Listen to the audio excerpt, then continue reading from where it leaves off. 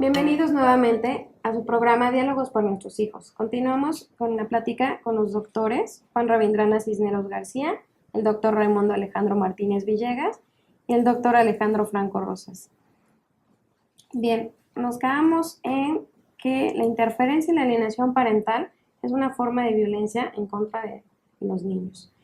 Y bueno, ¿qué consecuencias jurídicas tiene una figura y la otra? Bueno, como platicábamos en el bloque anterior, cuando es interferencia es cuando no te permiten la convivencia con el menor, ¿no? Violatorio del noveno de la Convención Americana sobre los Derechos del Niño, Convención sobre los Derechos del Niño, y en ese sentido, el tema de que no te permitan ver al niño puede llegar a actualizar la causal de suspensión de la patria potestad establecida en el artículo 447 del Código Civil de la Ciudad de México, fracción 6, que precisamente contempla la suspensión de la patria potestad cuando no se te permite la convivencia decretada tanto por el juez o en convenio judicial. Entonces, en ese sentido, puede demandarse vía juicio principal, ¿verdad? La suspensión de la patria es un juicio oral, y aquí en ese sentido podríamos buscar nosotros, si es que llega a haber esto, una suspensión de la patria. Antes de ello, bueno, si lo que tú pretendes solamente es convivir con el menor y hay un convenio, por ejemplo, judicial, lo que podrías también pedir es el cumplimiento del convenio, ¿verdad? Vía medida de apremio para que requieran a la otra parte. El problema se da en el tema, como bien sabe aquí mi doctor, también aquí el doctor, en el sentido de los juicios son muy largos, ¿no? O sea, ese es un gran problema y entre más tiempo va pasando, pues evidentemente da pie para la existencia o para que pueda desarrollarse la alienación parental. Ok, bueno, eso es en cuanto a la interferencia parental y la consecuencia jurídica que tiene la alienación parental. ¿Cuál sería? Yo creo que esto lo deberíamos de ver de manera integral, porque una de las consecuencias que puede presentarse cuando el juez decreta la separación definitiva de uno de los padres en relación al menor y existe una resolución en ese sentido, pues prácticamente la consecuencia va a ser para el menor. Y entonces ahí se desata una serie de consecuencias sociales, económicas, jurídicas, donde va a involucrar una pensión, el otorgamiento de una pensión, el cumplimiento de un convenio o de una sentencia, y se van a decantar una serie de cosas que al final, en vez de beneficiar a los menores, se los va a alejar del padre que no tiene la guardia y custodia, y las consecuencias que se pueden presentar o que se van a derivar de esta situación, no podemos decir que son en un orden establecido. No se sabe cuáles son. Y para abundar un poquito más en lo que estás comentando, querido doctor Alejandro Raimundo, si bien es cierto, toda esta problemática se empieza a dar porque cuando se establece el divorcio, se tiene que hacer un convenio entre ambas partes, en el cual se establece dónde van a vivir las partes, quién va a tener en este caso la guardia y custodia, y cuáles van a ser los horarios de visita, ya sea de una parte o de la otra. Cuando esto se cumple, no hay ningún problema. El problema radica o se empieza a dar cuando las dos partes no se ponen de acuerdo y hay disputa.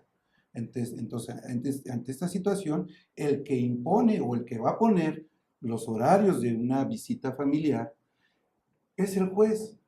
Y el juez, al poner esos horarios, ¿sí? Va a decir, bueno, si no es en la casa de uno, no es en la casa del otro, voy a tener que poner un lugar neutro, que sería el centro de convivencia familiar con supervisión.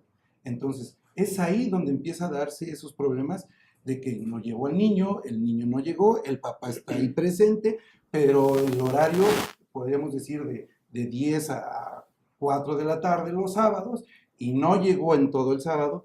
Ahí es donde empieza a darse esta interferencia, que muchas veces posteriormente se va a ir acrecentando hasta pedirse o darse una suspensión precisamente de la patria potestad, y si se sigue dando, pues se da la pérdida de la patria potestad. Pero eso ya sería uno de los últimos puntos, pero ese sería el desarrollo de esta situación. Sí, y nos enfrentamos a un problema, ¿no? Que realmente, bueno, si se pudieron poner de acuerdo y hay un convenio, pues si la persona no lo cumple, ¿no? Que regularmente es quien tiene la guardia y custodia, Claro.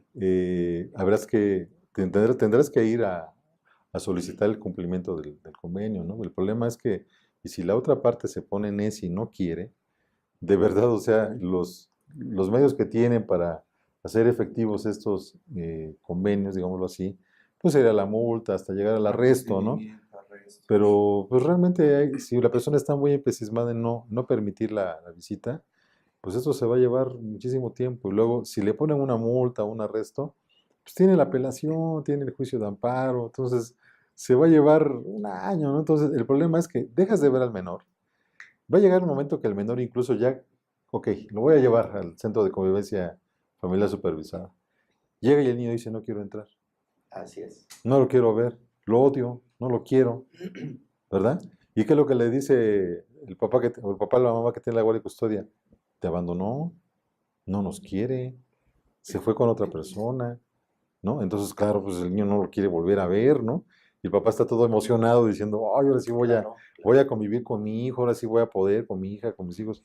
Y llega y no, uno, no lo lleva, dos, lo lleva, pero el niño ya no quiere, porque ya está O el manipulado. otro supuesto donde llega el hijo, la hija adolescente al centro de convivencia y se voltea. Hola hija, ¿cómo estás? ¿Cómo te ha ido en la escuela? Es terrible para los padres eso. Sí, ahí es cuando se le rompe toda la forma de ser del padre, porque empieza a ver el rechazo y dice, oye, pero si yo me llevaba bien con mis hijos, algo está pasando. ¿Qué le habrán dicho de mí que ya no quiere hablar conmigo, ya no quiere convivir conmigo? Y ahí es cuando empezamos a acrecentar esa sospecha, ¿no? Pero a ver, mi estimado doctor, es que aquí viene algo bien importante. ¿Cómo demostrar jurídicamente ese tipo de alienación o interferencia, como el nombre que le quieramos poner? Porque ahí está la manipulación que están haciendo en contra del hijo de los hijos. ¿Cómo demostrarlo en un juicio? Es que también tiene que ver el tema de la edad del Así menor, es. ¿no? Así Desafortunadamente. es. Y hay gente que es mayor de edad y no se da cuenta, ¿no? O sea, Exacto, claro. no se da cuenta, odia al otro progenitor, pues porque ya lo programó la otra parte, ¿no? Entonces se vuelve complicado, pero un niño chiquito, ¿no? De 4, 5, Es 6 muy años, maleable, es muy claro. difícil. Bueno, entonces, ¿cuál es la forma de poder determinar si el niño está manipulado? Muchas veces yo me he encontrado en la situación, en los juzgados de lo familiar, que llevan a los niños, bueno, el hecho de simple y sencillamente llevar a los niños a un juzgado familiar para solventar esta situación es brutal. Es brutal llevar a los niños de 3, 4, 5, 6 años a un juzgado, donde se está dividiendo la familia y donde el papá y la mamá ya se están separando. Es ahí donde entra el juez de lo familiar y hace pasar al menor a la oficina del juez con el Ministerio Público sin la presencia de los padres. Y es ahí donde el juez o el Ministerio Público empieza a hacerle preguntas al menor de cómo es el papá, cómo es la mamá. Preguntas cómo te tratan, te tratan bien, te dan bien de comer, son buenas personas contigo. Y ahí es donde empieza esa situación. Pero si está manipulado, Por Pero eso, el juez se puede dar cuenta de esa exactamente, manipulación. se supone que ahí el conocimiento del juez debe de tener lo suficiente como para ver qué tan manipulado está el menor o qué tan manipulado no lo está, si es leve, grave, ese tipo de manipulación. Es que ese tipo de influencia que se hace contra estos menores es tan sutil que la autoridad le cuesta trabajo detectar, e incluso a través de los dictámenes periciales, ¿no? si efectivamente está siendo manipulado y a qué nivel. Porque no nada más lo vemos en los niños, lo vemos en personas de la tercera edad, en adultos mayores. Claro. Y es la misma dinámica. Ay, mami, tú siempre estás conmigo, mami. Y es una manipulación que no se dan cuenta, o sea, ellos lo toman como si fuera algo de toda la vida. Es algo normal. Y yo creo que ahí radica precisamente tanta problemática que hay en los juzgados y que los justiciables se desesperan y dicen, quédate con ellos. Sí, aquí la palabra claves es la manipulación. Así es. Que puede ser vista desde principio o es tan sutil como bien lo dices, que no nos damos cuenta de qué tan manipulado está o puede ser el menor, o en este caso como como establecemos un tercero, ¿no?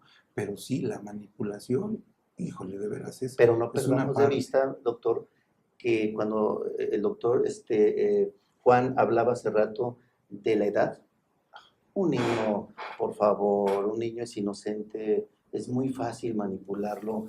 Y ahí radica la importancia de toda esta situación, que esas políticas públicas del Estado deben de ser tan rígidas porque son el tesoro de la nación los menores. O sea, imaginémonos un niño o una niña que fue alienado o fue manipulado y que llegue a ser juez. Sí, claro. Es el futuro de O nuestro sea, país, afecta a toda la desafortunadamente. sociedad en su conjunto, no nada más a una familia. Sí, desafortunadamente este tipo de pequeños algún día van a crecer Claro. y algún día van a llegar a tener un puesto. Y si son de estos tipos de niños que tuvieron ese problema, es el futuro de nuestro país. Y yo creo que como parte del futuro, las autoridades deberían de tener un poquito más de precisión sobre esta figura, que es precisamente el maltrato a los menores de edad. No, y el problema es la prueba, ¿no? O sea, Claro. se descansa mucho en la prueba psicológica, pero si también el perito no está preparado, ¿no? O sea, llegó de alguna manera amistosa, digámoslo así, a ocupar un puesto de perito, ¿no? Sin tener la preparación debida, pues bueno, yo creo que le estamos fallando severamente a nuestros niños, ¿no? Y a nuestra sociedad. Digo, hay ocasiones en que realmente se aprecia inmediatamente cuando está manipulado, pero pues el perito dice, no, es una familia feliz, no pasa nada, entonces ¿por qué Claro. se divorciaron, no? Entonces, ¿por Así qué tienen es. estos problemas, verdad? Pero muchos dictámenes salen en ese sentido, ¿no? Y Entonces, habría que ver, doctor, la preparación del perito. ¿Qué sí, pasa sí, si sí. es un perito, no sé, psicología educativa y que no hizo clínica, vamos? Sí, no, no, Pues no, o es un sea, problema muy es grave. un problema muy grave de prueba, es difícil acreditarlo, Claro. y bueno, pues la consecuencia, si se llegara a acreditar, ¿verdad? A través de los medios probatorios, pues sería evidentemente la suspensión de la patria, ¿no? Que era la Exactamente. pregunta inicial. Aquí, bueno, el 323 séptimos, que lo están atacando mucho, señala que, bueno, si cuando es leve y moderado, bueno, pues habrá suspensión de la patria, pero bueno, sí puede haber visitas, ¿no? Pero cuando ya es severo, pues dice que en ningún caso se permitirá ese contacto, Claro. ¿no? Entonces, ahí hay mucho por hacer, pero yo creo que el Estado sí tiene que hacer un mayor esfuerzo legislativo y de los jueces, ¿verdad? Para poder atender esta problemática tan difícil que estamos Así es. viendo miles de mexicanos, ¿no? O sea, y sobre todo miles de niños que están sufriendo estas omisiones, ¿no? Por parte del Estado de atender debidamente esta problemática. Claro. Básicamente sería eso, licenciado. Ok, muchas gracias. Bueno, entonces, ¿la alienación parental se pudiera considerar un delito? Pues es un ilícito civil, ¿verdad? Desafortunadamente no es un delito. Debería de ser un delito, porque es muy grave la afectación al menor. O sea, si tú no pagas la pensión alimenticia, que también estoy de acuerdo, ¿no? Que te metan al bote, bueno, pues la otra parte es que si yo tengo derecho, si yo estoy pagando mi pensión, pues la otra parte es que yo tengo pues, derecho a ver a mis hijos, ¿no? Y si eso no sucede, pues también debe ser tratado de la Claro. misma forma, ¿no? No sé usted qué piensa, doctor. Lo que pasa es de que elevar a tipo penal esto de la alienación parental tendría que arreglarse primero, darle forma a esta figura plasmada en el Código Civil y de ahí poder partir incluso hasta para crear una ley como la tiene el día de hoy Brasil. Sí, prácticamente uno de los puntos más importantes es que sí está regulado en el Código Penal, en el artículo 200, pero esta figura no ha sido elevada a ser un delito. Simple y sencillamente es una conducta que no está tipificada, pero que sí tiene una sanción. Por lo tanto, lo que se debería de hacer es que esta figura de alienación parental sea elevada a ser un ilícito, ser un delito, para que Penal. tuviera más fuerza toda esta situación jurídica. Pero si es una violencia familiar y la violencia familiar está contemplada como un delito, o sea, no entiendo. O sea, De una manera indirecta se podría cuadrar, ¿sí? Por el tema precisamente de que se trata de una violencia o contra el sea, es que menor. ya está contemplado, entonces, ¿cuál es el tema? ¿Que no está el nombre expresamente en Yo creo el que el tipo problema penal? radica, licenciada, en el hecho de que la palabra alienación está mal aplicado. Ese es Causa todo el conflicto, problema, causa claro, conflicto. claro. Porque se han presentado Desde luego que sí. diferentes iniciativas para hacerlo penal, ¿no? Como alienación parental, y eso es lo que les brinca a todo el mundo, dicen, no, no, no, no, no queremos. Y como pues en el 93% de los casos las mujeres son las que tienen la guardia y custodia, pues se sienten agredidas, ¿no? Pero yo creo que sí es algo que se debe tomar muy en cuenta, que es una, como bien lo dices, es un ilícito, ¿verdad? Es una forma de maltrato y de violencia familiar. Los psicólogos son contundentes en señalar eso, pero aún así pues no le quieren entrar, ¿no? Es un tema más bien complicado, político, yo creo, Jurídico-político, ¿no? ¿verdad? Y Al fin y al entonces, cabo. pues bueno, Sí, que repercute en la sociedad y más que en la sociedad, en los menores de edad, que es como parte fundamental de nuestra esencia como sociedad, ¿no? Los menores, los niños, las niñas y los adolescentes, como bien se establece en esta parte jurídica. Agradecemos a los doctores por esta plática jurídica y nos vemos en la próxima emisión de Diálogos por nuestros hijos.